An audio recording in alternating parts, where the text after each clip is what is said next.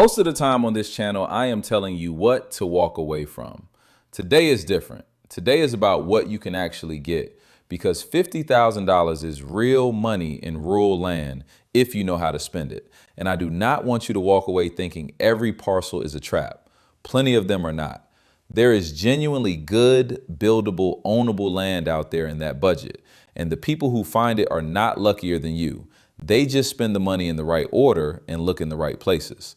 So let us talk about what 50 grand really buys, what to prioritize when the budget is fixed, and how to find the parcels that are worth owning instead of the ones dressed up to look that way. Let me start with the honest part because it matters. $50,000 buys wildly different amounts of land depending on where you are looking. In some regions that is a few acres, in others it is dozens. Prices swing enormously by state, by county, and even by which side of a county line you are on. So I am not going to hand you a number of acres because any number I gave you would be wrong somewhere. What I will tell you is the thing that survives every region. The price tag matters less than what the land can actually do. A cheap parcel you cannot build on is expensive. A fairly priced parcel with access, drainage, and a path to a home is a bargain at almost any size. Get that straight and the budget goes a lot further. One quick thing, then I will not bring it up again. How to find and price land like this and how to pay for it is the middle guide in a set of field guides I put together. Link is in the description if you want it. If not, the whole approach is right here, so stay with me. Here is the first rule of a fixed budget. Spend on capability before you spend on size. When money is limited, the instinct is to chase the most acres for the dollar, and that instinct gets people into broken land constantly. Flip it. The order that actually protects you is access first, buildability second, size and scenery last. Legal access means the parcel is worth owning at all. Buildability, mainly whether the soil will take a septic where there is no sewer, means you can actually live on it. Those two things are what turn dirt into a home site. A solid, buildable 5 acres with a recorded way in and soil that drains beats a broken 40 every single time, and it will be worth more when you go to sell. So on a $50,000 budget, do not ask how many acres. Ask how much usable, buildable, accessible land, and let that answer set the size. Now, where does the value actually hide? Because good deals are not evenly spread. 3 places mostly. The first is the less hype county. Everybody is chasing the same handful of trending areas, the ones all over social media, and that demand pushes prices up and quality down. 1 or 2 counties over, away from the hype, the same kind of land often sells for far less simply because fewer people are fighting over it.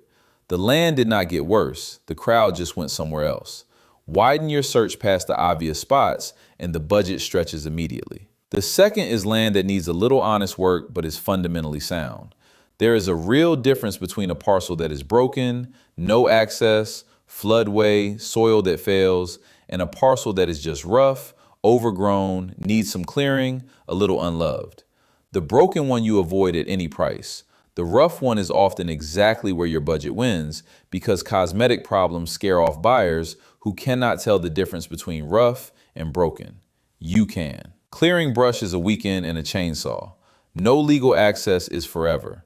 Learn to tell those two apart and you will find value other people walk right past. The third is the motivated seller, and this ties back to something I say a lot. Cheap land is not automatically bad land. Sometimes a parcel is priced low because the seller is genuinely motivated. An estate that wants a fast, clean sale. Someone who inherited land they will never use. An owner who just wants out. That is a real deal, and it is completely different from a parcel that is cheap because it is broken. The whole skill is telling those two apart, and you do it the same way you check any parcel. Confirm access, confirm the soil, confirm the title. If a low price survives that, you have found a motivated seller and not a broken parcel.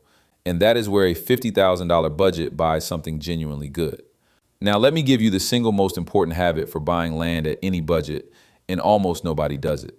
Price from sold comparables, not from asking prices. Asking prices are wishes. They tell you what sellers hope to get, not what land actually trades for. And in rural markets, those two numbers can be miles apart. What you want is what similar parcels nearby have actually sold for. You can find that in county records, in the sold data on land listing sites, and by asking a local agent who works that area. Once you know what real parcels really closed at, you can spot when an asking price is fair, when it is a fantasy, and when a motivated seller has priced below the market and handed you an opening. That one habit, comparing to sold prices instead of asking prices, will do more for your budget than any negotiating trick.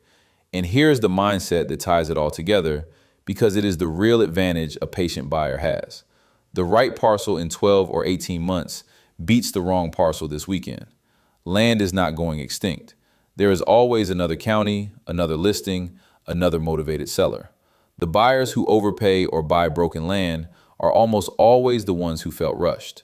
When you know your budget, know your priorities, and are willing to wait for a parcel that checks out, you negotiate from strength because you can always walk.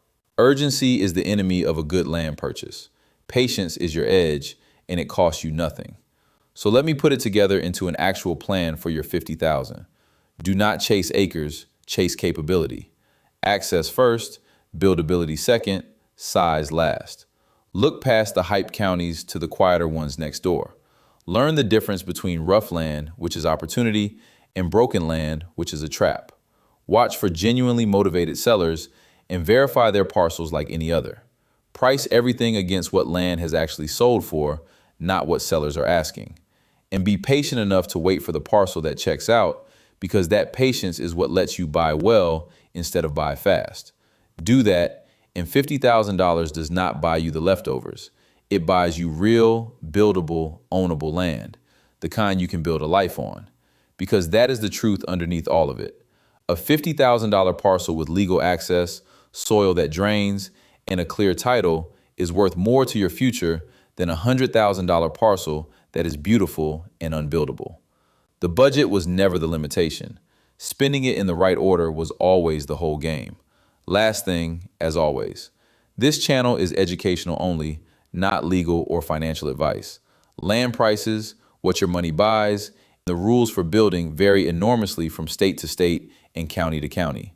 Before you buy anything, confirm the specifics with the county office that has jurisdiction and a licensed professional in that state. Spend on what the land can do, not on what it looks like.